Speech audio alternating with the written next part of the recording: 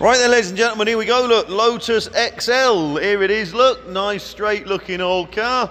Clearly been stood around for some time. Coming as a non-runner.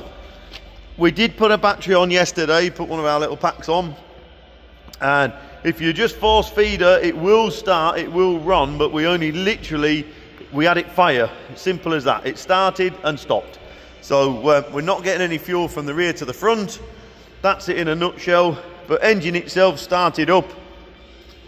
So I'm sure, as I say, get some fuel from the back to the front and you'll be away. Rolls nice and freely. Don't think we pressed the foot brake just in case they did stick on, but I think it speaks for itself. It came in with a layer of dust on it, and we nearly left it dusty and then thought, no, it's too good a car. Everyone wants to see what the paint finish and indeed the body finish is like on these, don't they? So we thought we'd give it a wash and a quick spruce up. So there you go, showing 7,800 miles.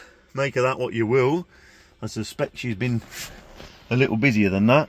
Inside, other than wanting a wipe out, wants literally just a little bit of TLC, really. Bit of colouring up on a few bits and pieces, gaiters, bits and pieces like that.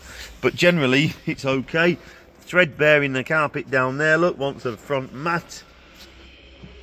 But it looks like a real straight, honest, genuine Lotus. There we go. In there. Ooh, pitch black in there. You can't see much in there, can you? But again, nothing much to report in there, really, truthfully. So it's one I would urge you to come down and have a look at. Make sure you're happy. Make sure it's one for you. As I say, we did manage to get it to start for a few seconds yesterday. So literally get some fuel from the back to the front and a battery.